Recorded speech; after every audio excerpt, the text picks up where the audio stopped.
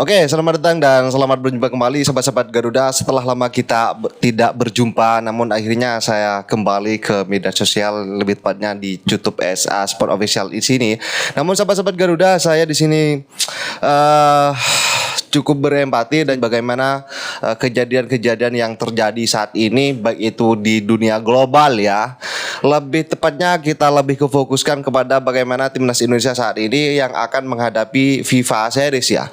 Dan sahabat-sahabat Garuda, lebih bagaimana timnas Indonesia sebagai tuan rumah di FIFA Series ini tentunya di bawah komando dari coach baru kita, yaitu coach John Herdman, bahwa timnas Indonesia sepertinya sedang mengalami di lini tengah yang tidak cukup baik, di mana El Profesor yang bakal absen bersama timnas Indonesia di FIFA Series, dan juga ada beberapa drama-drama lah.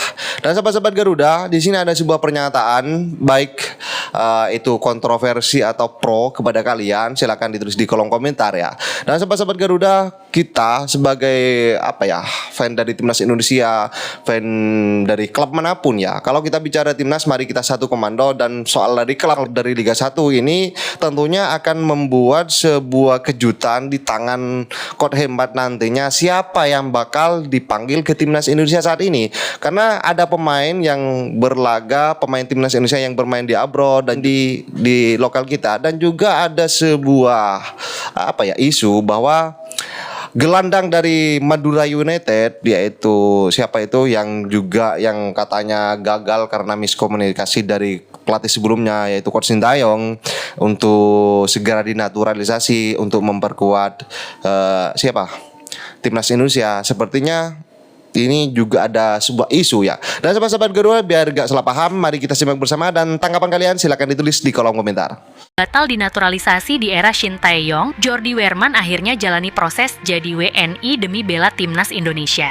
Dalam podcastnya di Bola.com, Jordi mengungkap kalau Doi nggak pernah menolak panggilan timnas, melainkan terjadi miskomunikasi saat PSSI menghubunginya pada tahun 2020 atau 2021 ketika ia baru saja pindah ke Swiss. Ia mengaku sedih karena merasa kesempatan membela Merah Putih hilang akibat miskomunikasi. Tapi sekarang, setelah bermain di Indonesia sejak 2024 lalu, Jordi menegaskan siap 100% jika kembali dihubungi PSSI. Gelandang 26 tahun ini merasa sebuah kehormatan besar jika Indonesia memanggilnya. Dan kini, akhirnya Jordi Weerman sedang menjalani proses naturalisasi untuk membela timnas Indonesia. Menjadi satu-satunya pemain Indonesia yang bikin legenda dunia sekelas David Beckham, frustrasi sampai harus menjatuhkannya secara paksa, itu hal mustahil buat banyak orang, tapi buat Andik Firmansyah, itu cuma fragmen kecil dari sejarah besarnya yang mungkin lo lupakan. Di tengah berisiknya media sosial yang menghujat pemanggilan Andik ke timnas Indonesia buat FIFA Series 2026 dengan label pemain habis, lo harus ingat kalau dia adalah prototipe asli pemain abroad yang sukses. Perjalanan karirnya gila. Dari perjuangan keras di Persebaya, melesat jadi ikon di Malaysia bersama Selangor FA, sampai angkat trofi Malaysia Cup 2015, hingga menaklukkan Kedah FA. Dia bukan cuma jago kandang, tapi terbukti punya mental juara di liga tetangga. Tapi di balik debat netizen soal fisiknya, ada pola permainan cerdas yang mungkin nggak lo sadari. Menariknya, di FIFA Series 2026 ini, untuk pertama kalinya, John Herdman dipercaya melatih timnas Indonesia. Pelatih yang membawa Kanada ke Piala Dunia ini pasti punya alasan kuat memanggil Andik. Lo harus perhatikan insting decoy-nya. Cara dia narik 2-3 bek lawan cuma buat buka celah. Bagi pemain lain adalah kualitas veteran yang dicari pelatih sekelas Herdman. Ini bukan soal statistik lari kencang pemain muda, tapi soal football IQ yang nggak luntur dimakan usia. Andik datang bukan buat nostalgia, tapi buat buktiin kalau magis si kancil di tangan Herdman bakal jadi kartu as yang mematikan. Menurut lo, apakah kombinasi taktik John Herdman dan pengalaman Andik bakal jadi kunci sukses Garuda? Kirain bakal lawan semua negara ini biar bisa dapat poin FIFA sebanyak-banyaknya untuk push rank. Ternyata lawan timnas Indonesia di FIFA Series telah ditentukan akan menghadapi perwakilan dari CONCACAF, yaitu Saint Kitts and Nevis. Wow. Sebenarnya aku udah pernah baca dari kemarin-kemarin tuh dari beberapa media yang ngeposting bagan-bagan di FIFA Series ini, tapi aku belum bisa ngontenin karena belum dikonfirmasi gitu. Dan sekarang udah dikonfirmasi sama seorang ex-co PSSI kesayangan kita semua, Bapak Arya Sinulinga. Arya mengungkapkan kalau timnas Indonesia akan menghadapi Saint Kitts and Nevis, di mana notabene ini lawan termudah di FIFA Series Indonesia. Bisa dilihat dari ranking FIFA-nya, mereka sekarang berada di peringkat 154 FIFA. Arya juga mengungkapkan pemenang dari kedua bagan ini akan saling berhadapan, begitupun yang kalah juga akan saling berhadapan. Jadi yang menang sama-sama memperebutkan peringkat 1 dan yang kalah sama-sama memperebutkan peringkat ketiga. Kira-kira kayak gini lah ya bagannya, guys. Kitts and Nevis harusnya bukan jadi masalah yang berat lah ya untuk timnas Indonesia. Paling nanti debut timnas Indonesia bersama John Herman akan diuji kalau kita ketemu lawan selanjutnya nih. Kalau kita bisa menang ketemu Bulgaria, ini baru nih ranking 88 FIFA. Patut kita nantikan debut dari timnas Indonesia bersama John Herman. Gimana menurut kalian, guys? Apa kalian pede timnas Indonesia akan sapu bersih dan meraih peringkat pertama? Tulis di kolom komentar ya. Gaskan! Timnas Indonesia bersiap tempur di FIFA Series 2026. Tapi badai datang lebih dulu. Jelang debut pelatih baru John Herman, skuad Garuda justru dihantam kabar buruk. 6 pemain inti dipastikan absen. Cedera parah hingga sanksi kartu merah. Tanpa pilar seperti Mizip, Marcelino, Ferdinand, dan Asnawi Mangkualam. Ujian pertama era baru, Garuda langsung berat di rumah sendiri. Inilah jadwal Timnas Indonesia FIFA Series 2026. Jumat, 27 Maret, Indonesia versus Saint Kitts and Nevis, Bulgaria versus Solomon Island. Jika lolos ke final, Indonesia berpeluang main lagi pada Senin 30 Maret 2026. Ini kesempatan emas bagi John Herman untuk menguji skuad dan raih kemenangan perdana.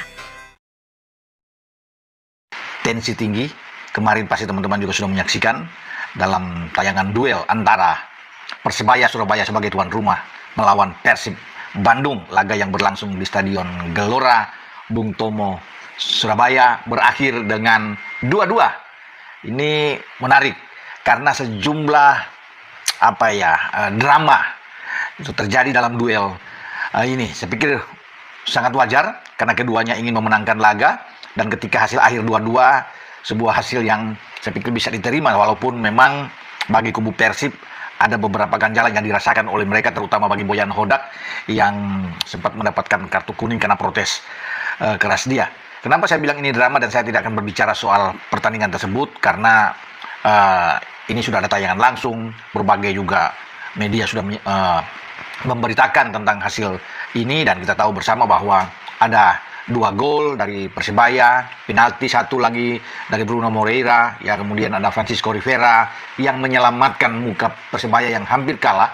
Nah, saya kembali ke masalah drama-drama ini. Ada hujan kartu kuning juga, bukan saja Bojan Hodak, tetapi juga pelatih dari Persibaya, yaitu Bernardo Tavares, yang seakan-akan dilihat memperlambat tempo, ya memberikan bola kepada Kakang Rudianto, sehingga ini wasit memberikan kartu kuning karena mengulur-ngulur waktu yang dianggap.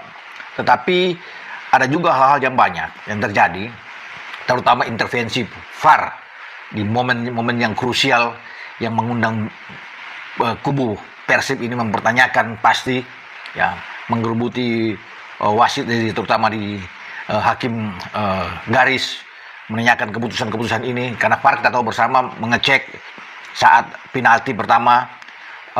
Barba dianggap menghadang Moreira, padahal mungkin tidak terlalu bisa dikatakan ini penalti, ya itu yang membuat Boyan agak geram. Tetapi pengecekan VAR, wasit Eko Saputra ya, akhirnya memberikan penalti. Nah, ada gol Kakang Rudianto juga yang dianulir ya di dalam pertandingan ini, sehingga ini juga ada protes yang dilancarkan oleh kubu Persib, ya karena wasit melihat setelah mengecek mungkin VAR, tangan Ramon Tangge itu handsball katanya. Ini yang tidak diterima juga oleh kubu Persib. Nah, hal lain juga yang terjadi atau gambaran dalam pertandingan Persibaya dan Persib ini adalah bagaimana ada pergantian-pergantian pemain. Bahkan Persib itu sampai 6 pergantian pemain.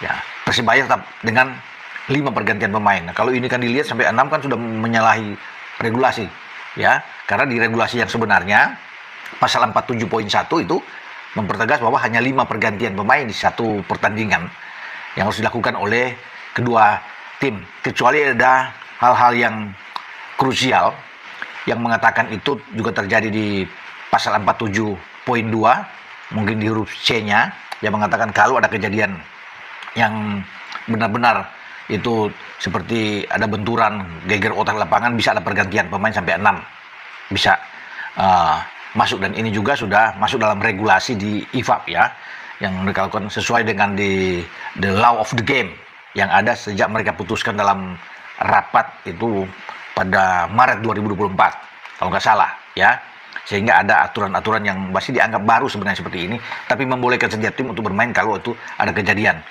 Nah, khusus laga Persebaya dan Persib ini memang ada kejadian, kalau nggak salah di menit 64 itu, 62 atau 64 lah. Duel benturan antara Arif Catur Pamungkas dan Federico Barba. Dua-dua terjatuh, sehingga ini dianggap ya ketika Catur harus ditarik, itu dianggap bolehlah pergantian pemain, terutama Persibaya yang bisa menggantikan pemain dengan Catur yang terkapar. Tapi justru Persib yang masuk dengan 6 pergantian pemain, Persebaya tetap dengan 5. Sehingga itu yang banyak mengatakan, wah ini bisa kena hukuman, misalnya WO katakan sini, dan Persib bisa kalah. Tapi saya pikir nggak juga, karena ada di peraturan yang resmi. Kalau pergantian pemain itu pasti dicatat oleh asisten wasit. Kan netral kan? Iya, kalau saya netral, kalau ini narasumber boleh dong ngomong ya, Iya, tapi kita juga jangan hati saya iya, aja dalam boleh hati kan? you, menurut you seperti apa, dari Iya. sudut pandang you, dan juga menurut keyakinan you seperti apa. Oke, jadi pada saat live juga komentari semalam teman-teman, memang saya sudah melihat itu seharusnya bukan handball Dramon. Kita cuma ketawa saja, dan ternyata ramai kan di sosial media, artinya memang wasit mengambil keputusan yang tidak sesuai dengan kejadian yang terjadi di atas lapangan dan tidak sesuai dengan law of the game. Iya. Dan saya pikir dalam hal ini wasit tidak teliti melihat tayangan ulang di VAR ketika kejadian di mana bola terkena tangan Dramon secara tidak sengaja. Karena sebelumnya terkena kaki dia dulu ketika dia coba untuk melepaskan tendangan salto. Baru kemudian bola itu secara tidak natural atau bola liar.